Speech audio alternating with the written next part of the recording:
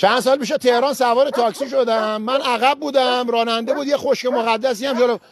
آقا یه لحظه ساکت، من یه نکته دارم عرض می‌کنم. یه چند لحظه این بزرگوار نمیذاره که یه ذره که تاکسی رفت، یه دفعه یارو رادیو پیامو روشن کرد، یه آهنگ شادی هم شروع کرد نواختن.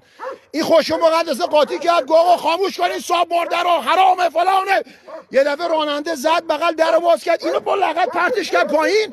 من حساب کار اومد دستم، اصلا خودمو زدم این نگیره ما رو، من خودمو زدم اون ور، انگار من تو ماشین نیستم. راننده یه دفعه گفت آقا ببخشید. گفتم چرا؟ گفت این ببخشید اینجوری صحبت کرد من پرتش کردم پایین. گفتم آقا میخوای نوارم بذاری بذار صداشم زیاد کن. گفت چرا؟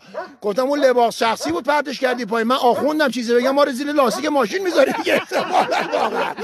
ولی راننده یه حرف قشنگی زد، گفت من این ناراحت شدم، این آقا ادعای مسلمونی داره ولی هنوز حرف زدن با دیگران رو یاد نگرفته. این خیلی